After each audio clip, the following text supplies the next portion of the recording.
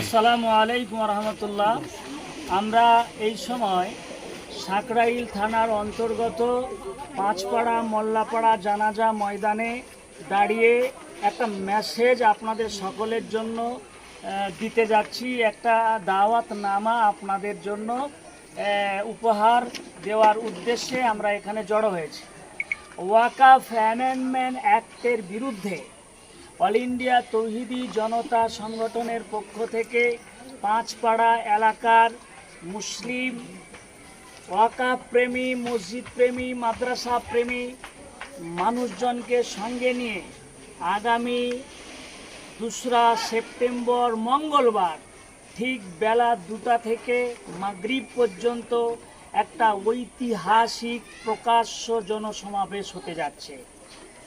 মূল বিষয় হচ্ছে যে এই প্রকাশ্য জনসমাবেশ ওয়াকাফ অ্যামেন্ডমেন্ট অ্যাক্টের বিরুদ্ধে, বিশেষ করে কেন্দ্র সরকারের জনবিরোধী আইন, মানবতা বিধ্বংসী আইন, সংবিধান বিরোধী আইনের বিরুদ্ধে আমাদের কণ্ঠস্বর সেদিন সোচ্চারিত হবে।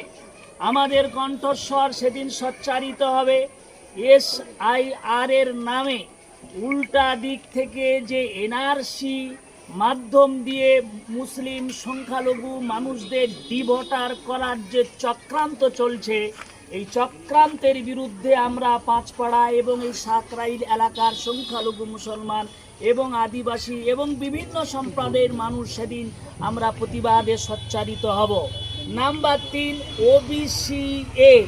ওবিসি এ ক্যাটাগরিকে এটাকে নর্মেল করে দেওয়ার যে চেষ্টা চলছে।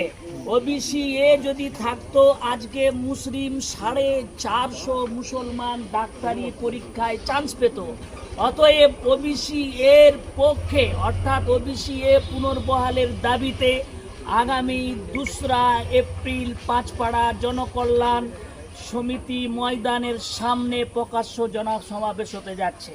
এই প্রকাশ্য জনসমাবেশে উপস্থিত থাকবেন স্যার সর্দার আমজেদ আলী সাহেব, প্রখ্যাত আইনজীবী, প্রবীণ আইনজীবী, প্রাক্তন সাংসদ, এবং উপস্থিত থাকবেন বর্তমান হাইকোর্টের আইনজীবী স্যার শামীম আহমেদ সাহেব, এবং উপস্থিত থাকবেন বিশেষ করে ভানু সরকার, আপনার